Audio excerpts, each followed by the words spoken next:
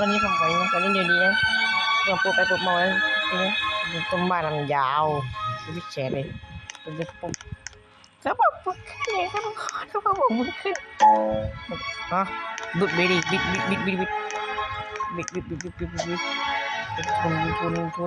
ทุนเต็มรู้ล่ะไอ้ตัวดีไม่ได้ดูจะเก๋จะ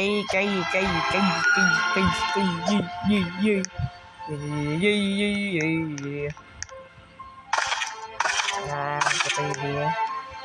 ลยโอ้ my god บูเบอรี่โอ้ my god มีตัวเร็วโอ้โหมีตัวทัชใหม่ก็ตัวกูยังโตดีกว่านี้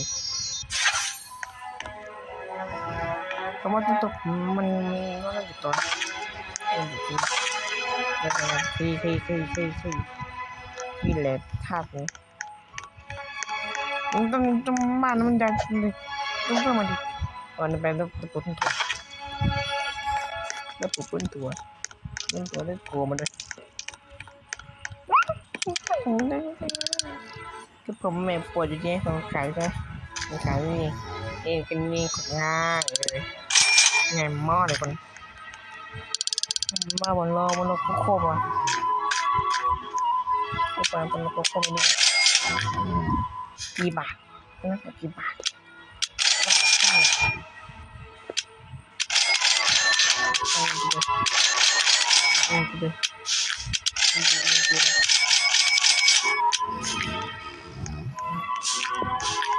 ไม่คิดแกมาเลย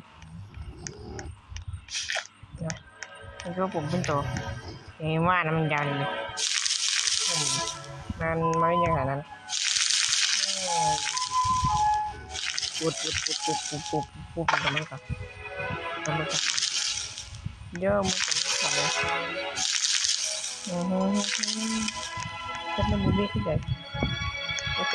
รู้บ้าแล้วจริงว่าเต็มหมดเลยบนต้นนั้นเลยคือผมมีแต่บนต้นนั้นประเด็นคือต้นนั้นมันยาวอย่างนี้ที่ผมเข้าไปได้เดี๋ยวที่ขึ้นจิตเลยที่จิตเบลอที่จิตเบลอนี่ที่จิตเบลอเนี่ยตอนนั้นเดี๋ยวโอ้ตอนนี้คือตัวจะแตกที่ดาที่ใดให้แม่เปิดขึ้นเยอะนี่มันเกลียดเลย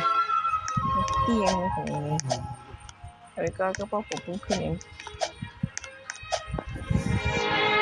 แล้วผมก็ฉีด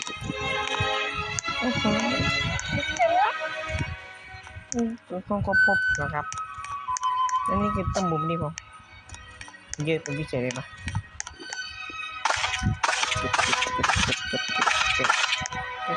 ขึ้นเหม็น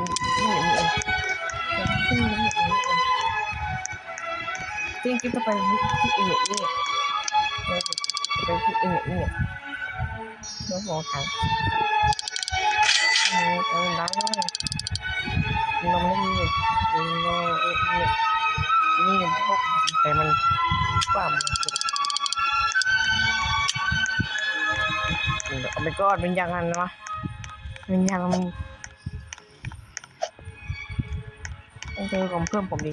ไม่ยังไงนะเอ้ยของกูเป็นยังไงนะมั้ยดูของผมไม่ยาวแต่มันยังมันใหญ่พวกมันได้นะมันดีมันแต่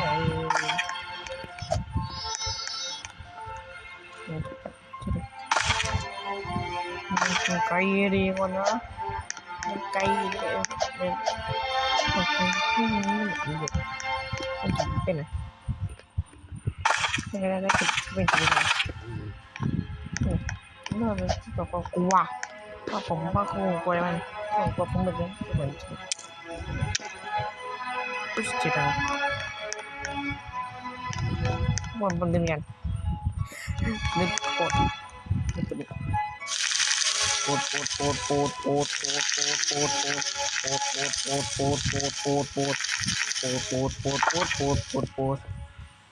โบดลั่น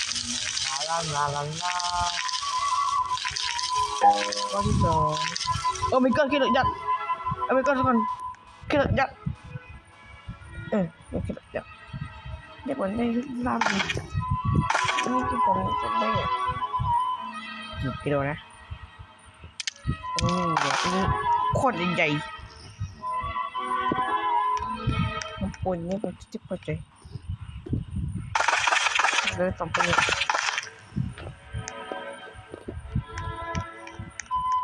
บอกก่อนเด็กคนไทยไกลขนาดนี้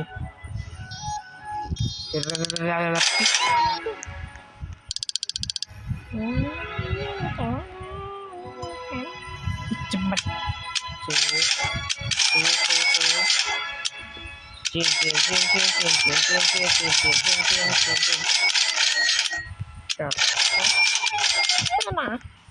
เรื่องของผมมันชื่อเยอะได้กี่อันดูนี่ดีในต้นตัวมันยัง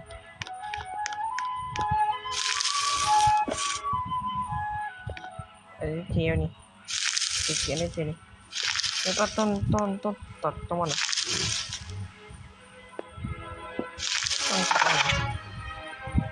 ต้นหมู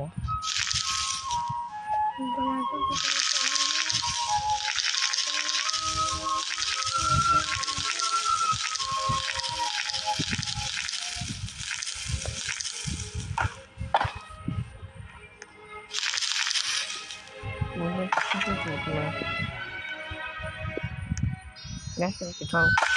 อะไรวะ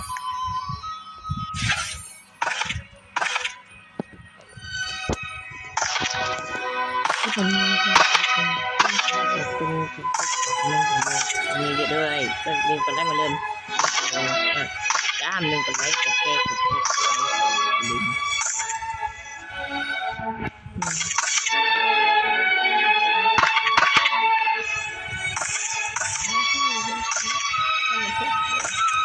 โ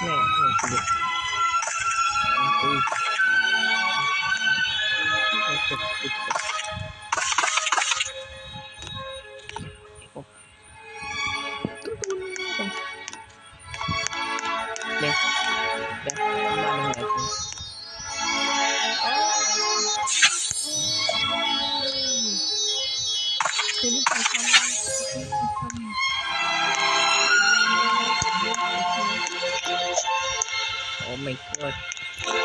เต็มได้เลยปะ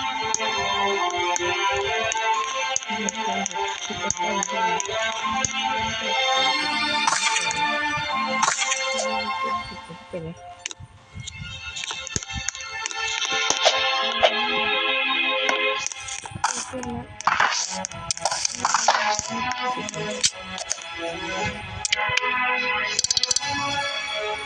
ขายหมดนั่งไปเถอะเยอะแล้วขายเยอะหมดเลย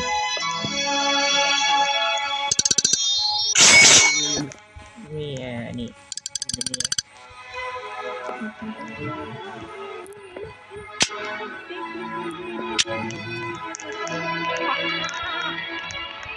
ว้าวว้าวว้าวว้าวว้าวว้าวว้าวโอ้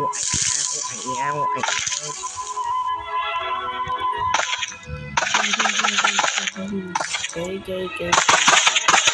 จุนจุนจุนจุนจุนจุนจุนจุนจุนจุนจุนจุนจ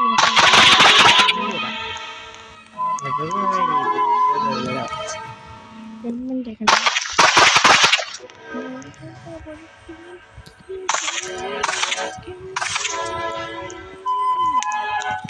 เนี่ยโอ้ตัวยังมันโตแล้วตัวยังเทียบเลยเก็บฟันเลยฟันเก็บฟันที่บ้านฟันไปเลยเก็บไปนะคุณ